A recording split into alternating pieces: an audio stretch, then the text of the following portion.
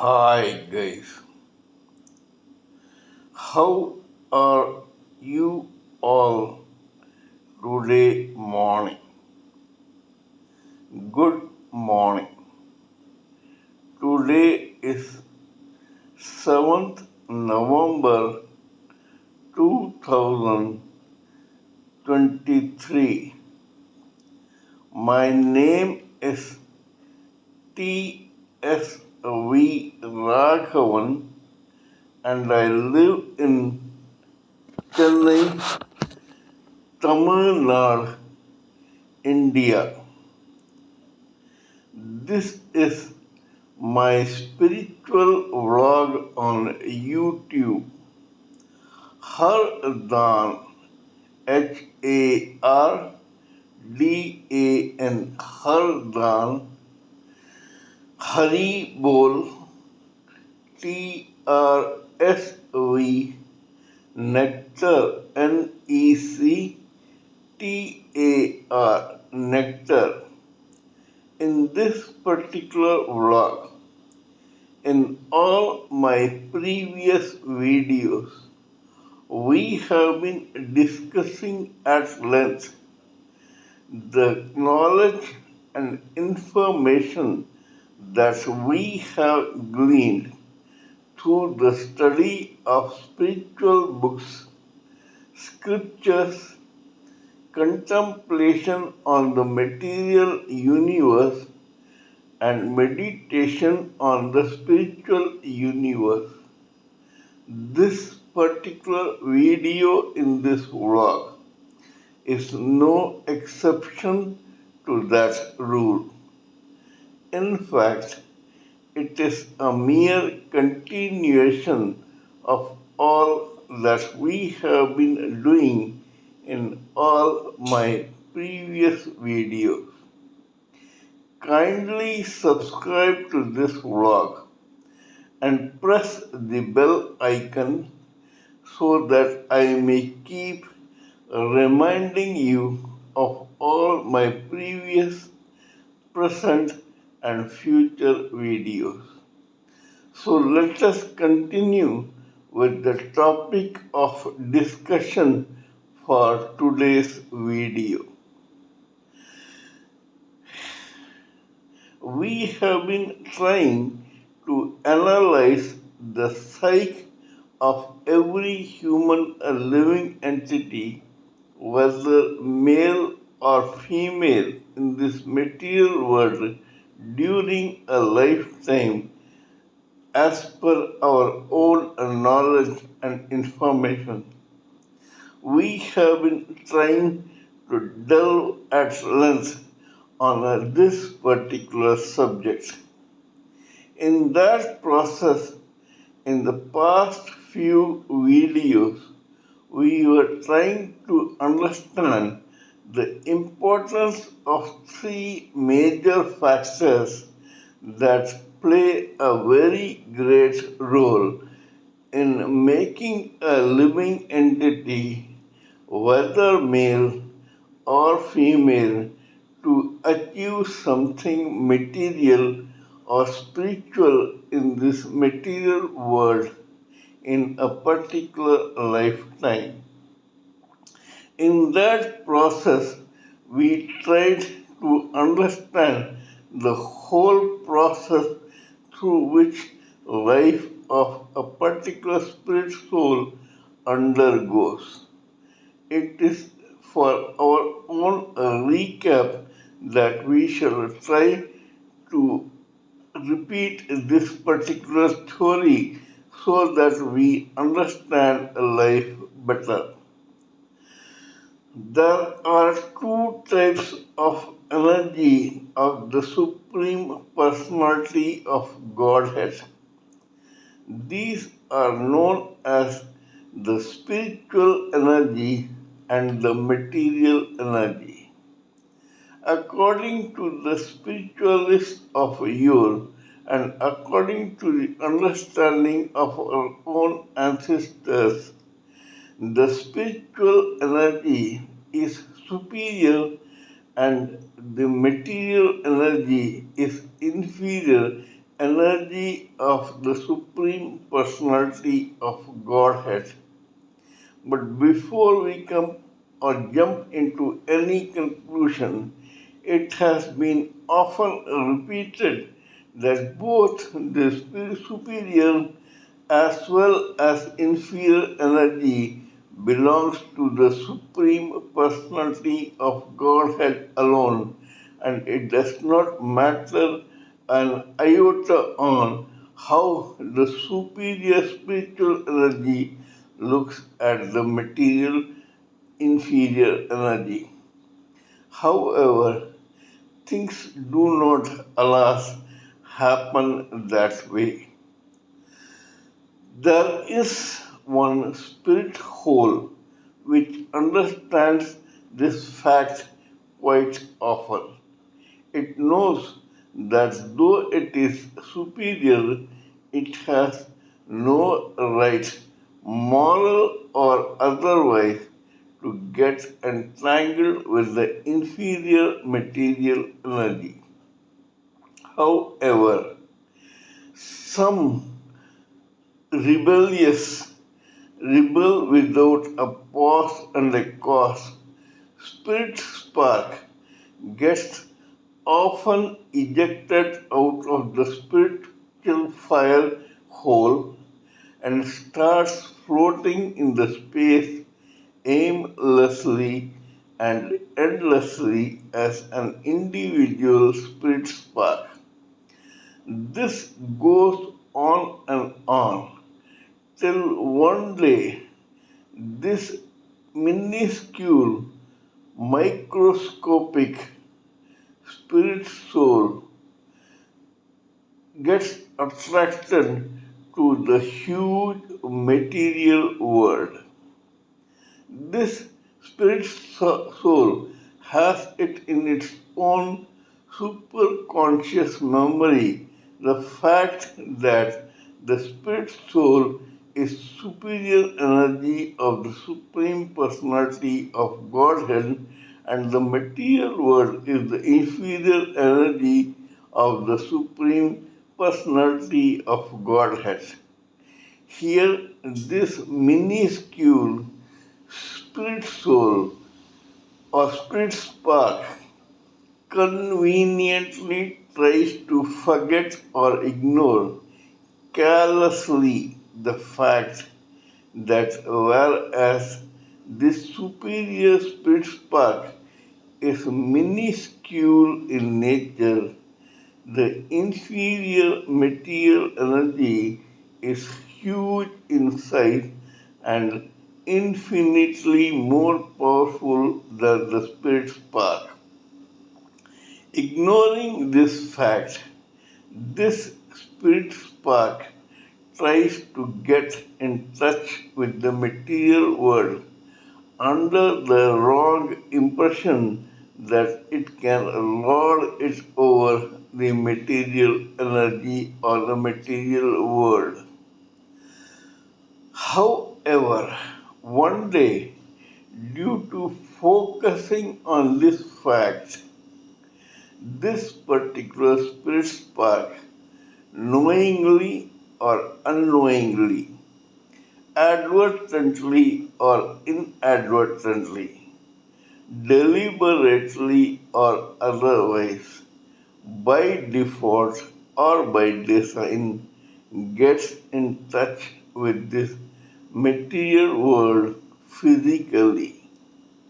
The moment the spirit spark gets in touch with the material world, it loses its identity or original identity for the first time.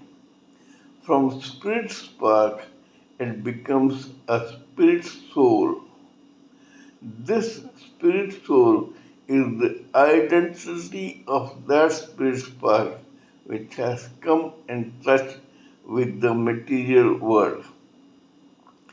Believe it or not, superior or inferior, this material world does not appreciate this spirit spark turned spirit soul getting in touch with the material world physically. It gets extremely irritated by such unwanted disturbance from the spirit spark turned spirit hole. In that process, to avoid and to control this irritation, the material world begins to envelop the spirit soul with four layers of material body. The first and the closest to the spirit soul is known as the causal body of intelligence and logic. The second layer is known as the astral body of mind, feelings, and emotions. The third body is known as the etheric body of five senses, namely sight, hearing, smell, taste, and touch. These three bodies are very subtle and are not visible to the naked eye of any human being. They are made up of the first element of the material world known as ether. However, there is a fourth final layer that envelops the spirit soul, the causal body, the astral body, and the etheric body of senses. This body is known as the gross body.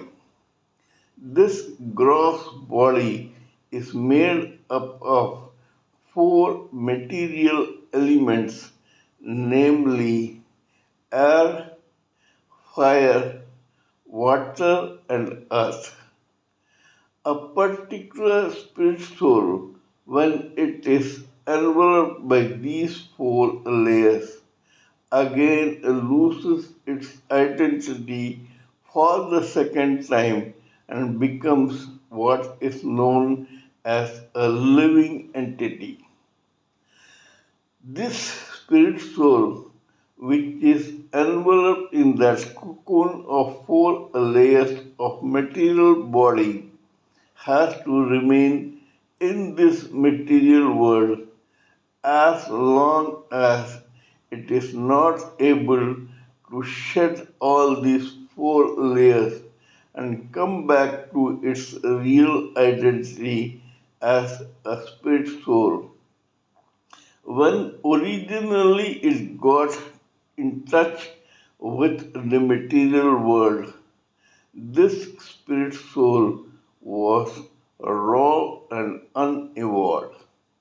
Whereas when it again sheds these four layers, it becomes an evolved spirit soul which is more experienced and mature due to the vagaries of the infinite births and deaths that form a cycle around it through which this particular spirit soul or living entity has to go through without any pause or a cause. This spirit soul, enveloped in these four layers of material body, thus turning into a living entity, is helplessly put on a chariot of these four layers of material body and has to embark on an infinite, endless journey of birth and death. In that process, this living entity, which has started this infinite path of birth and death, comes into this process only after getting acclimatized to this new surrounding of the material world. Once it gets into this endless rut, which is infinite at the inset, is known as the infinite cycle of birth and death, which can be of various species right from a single cell to becoming a human being. This cycle ends when this particular spirit soul turned living entity finally sheds all these four layers, becomes evolved, and goes back to the Supreme Personality of Godhead when it is delivered to Him as an evolved soul. This is the actual process of a spirit soul turned living entity's endless journey in this chain of infinite birth and death. In that process, finally, the same spirit soul gets birth as a human species or in a human species. There are at least 400,000 types of human species. Any individual spirit soul turned living entity has to go through at least 50% of these 400,000 types of human species before getting ultimately self realized, liberated from this endless cycle of birth and death, and finally getting delivered to the Supreme Personality of Godhead. This is the general process which will become the foundation for our future discussion on the factors that make a spirit soul or a living entity achieve a purpose in life. When this spirit soul begins its journey in this endless cycle of birth and death, then the first thing that happens for it is to get birth in various species before coming to the level of the human species. It is in the human species that a particular term called destiny or karma starts applying to that particular living entity. Before that, it only has memories of superconscious experiences as a living entity taking birth in various species, namely a cell, an algae, an amoeba, a shrub, a weed, a creeper, a plant, a worm, an insect, a reptile, an amphibian, a tree, a beast, a bird, etc. Destiny or karma does not apply to this living entity which is not born as a human entity. Only when it gets into a cycle of human birth does destiny or karma apply to this particular living entity. Not only that, even in these species, initially the same living entity goes about its endless births and deaths like a zombie which does not know what is going on because it is in a vegetative state. Only after some time, the Supreme Personality of Godhead decides that this living entity is mature enough to take a purpose in life. This purpose may be material or spiritual according to the maturity, evolvement, and experience of that particular living entity. Here I would hasten to add that though the purpose begins in one particular lifetime or birth of that living entity, it is not at all necessary that this particular living entity should achieve its bull's eye or goal in that particular purpose, material or otherwise, in one lifetime. In fact, the journey to reach the end of that purpose begins in that lifetime alone. Depending upon the evolvement, experience, and maturity of that living entity, it has to go through several births till it reaches the pinnacle of success in that particular purpose, which may be material or spiritual. This we must keep in mind before proceeding further. We have already discussed several case histories which delve in depth about the material purposes of life of a living entity.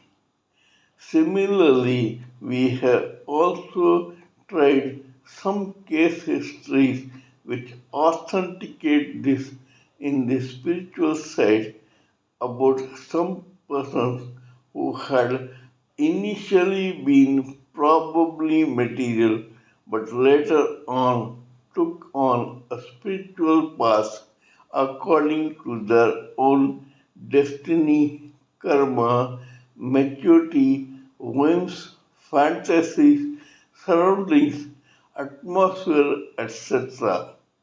We have already talked about two such very great personalities, namely Sri Aurobindo Ghosh and Sri Ram Gopal Majumdar, both saints and monks in their own way during their own lifetime. Today we shall talk about another such case history which will take us further down into understanding the lives of human living entities who have to achieve the pinnacle of success on the spiritual side. Before embarking into this particular case history's journey, I would like to remind every viewer that to achieve that aim or purpose in a lifetime, one needs the following three major factors which will help him or her embark on this journey and reach at least some level in a lifetime, whether or not it is the end of that purpose.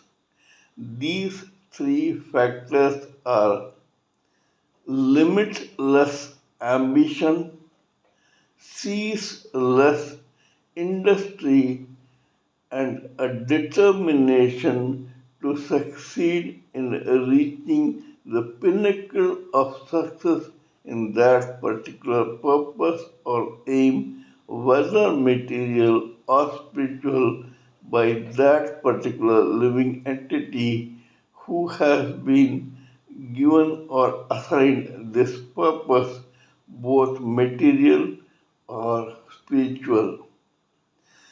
Today's case history revolves around one particular person who was known and hailed by the whole world as a levitating saint. So let us begin in this particular case history.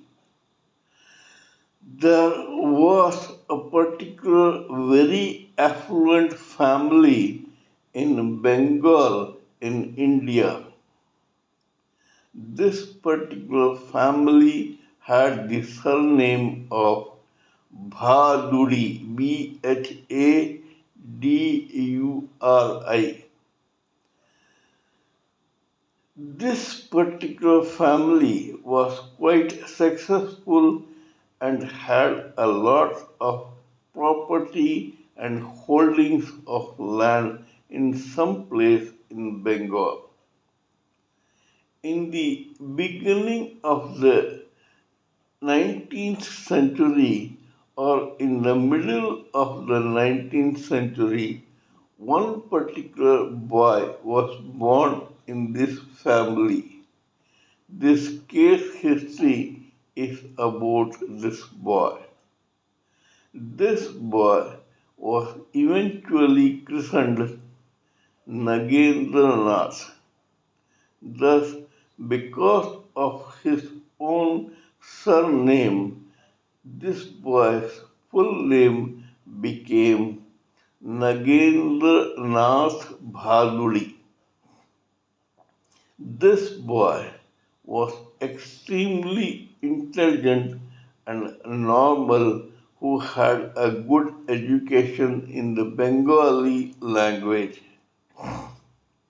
However, at some stage, this boy became spiritually inclined, probably because of his being assigned a spiritual purpose in life, sometime in his own endless ruts of repeated births and deaths.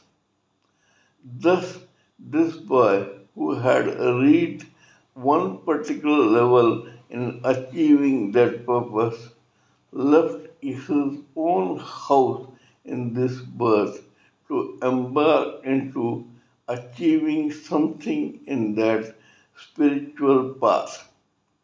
This boy relocated to the capital of Bengal called Calcutta, which is today called Kolkata. Here he took up residence in a street called Gurpar Street. This man was so spiritually inclined that he, according to those three factors, had a limitless ambition to achieve the end of spirituality in his own lifetime. Thus, during this period, he began regularly corresponding with various spiritual associations both in India as well as abroad. He was extremely intelligent and spiritual and was appreciated for his own knowledge and depth in the study of spiritual literature all over the world. Soon, this young man began attracting his own followers. This spiritually inclined living entity had a very strange nature. He seldom wanted to move out of his own house to roam around in the streets of Calcutta or Kolkata and give spiritual discourses. So much so that, believe it or not, this guy did not move out of his own residence for a complete 20 years. The life story of this particular saint is immortalized by none other than Swami Yogananda Paramhansa, who is the founder of the Yogoda Satsang Society of India, which is now internationally renowned for preaching Kriya Yoga and has at least 185 branches all around the world. This particular Mr. Nagendra Nath Bhagwadi was an expert in yoga, especially a type of yoga called Hatha Yoga. This Hatha Yoga has various exercises of control and regulation of breath, which is called pranayama. This man could practice Hatha Yoga so well that only through his own breath he could create an atmosphere of a virtual storm in the room where he had been practicing this Hatha Yoga of Pranayama. Not only that, this man had regular flights of ecstasy in spiritualism, so much so that when he was concentrating on meditating on the supreme self, he used to levitate in the air without any control or knowledge of what he was doing. It fell upon his own followers to balance him inside the room lest he flew out of the window to the streets of Calcutta or Kolkata. This particular person became so light when he was in deep meditation that he literally floated in the air during that period, as a result of which he was hailed as the levitating saint. Swami Yogananda Paramhansa, who was then in his initial name as Mukundlal Ghosh, was just 10 or 12 when he used to visit Swami Nagendra Nath Bhagwadi, often in his own house in Gurpar Street, Calcutta.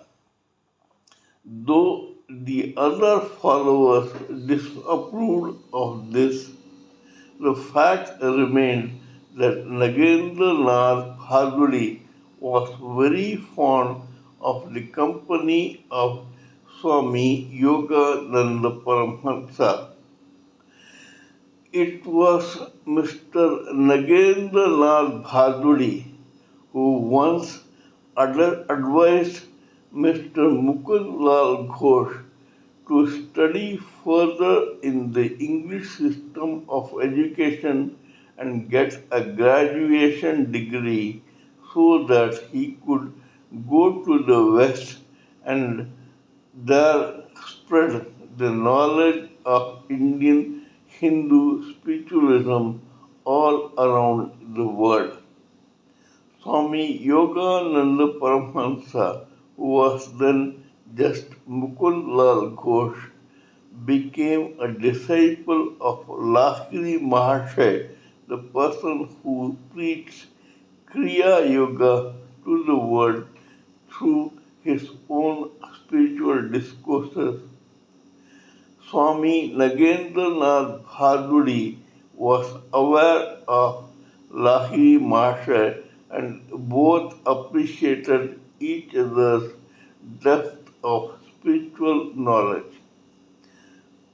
Mr. Nagendra Nath Bhagwati was very much fluent in the language of French, and he used to communicate in that language with various spiritual organizations in Europe and America. Swami Nagendra Nath Bhagwati told Swami Yogananda Paramahansa that though he was not himself inclined to move out of his own house, he would suggest that Mukund Lal Ghosh turned Yogananda Paramahansa must use his own depth of knowledge to move out and spread the Kriya Yoga all around the world. Swami Yogananda Paramahansa, in his immortal and world famous book Autobiography of a Yogi, donated or dedicated one complete chapter on Mr.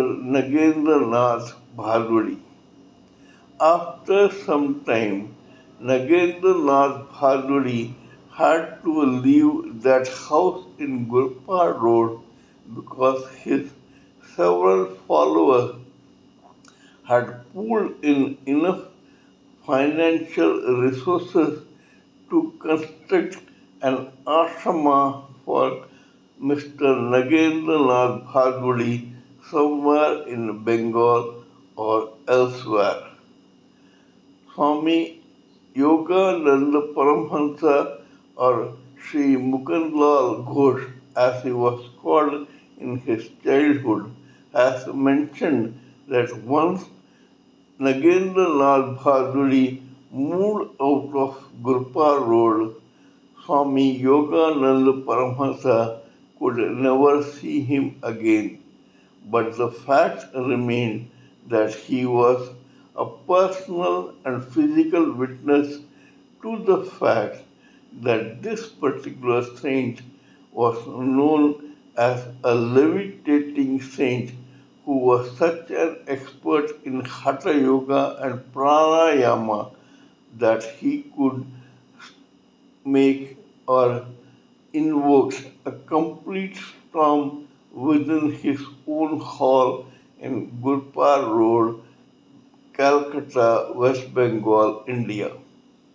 This is the case of Sri Sri Nagendra Nath Bhagwati, who we should try to listen to or study about carefully and take a leaf out of the lifestyle of this man who abandoned his own personal financial riches to embark on a spiritual journey to reach a spiritual pinnacle of success.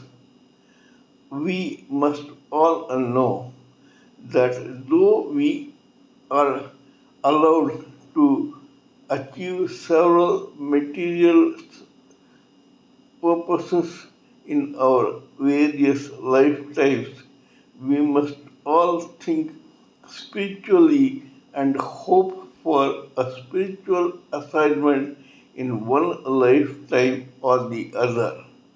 We may not achieve that purpose in that lifetime, but at least it will help us embark into a spiritual journey which will give us self realization not as a living entity but as a spirit soul.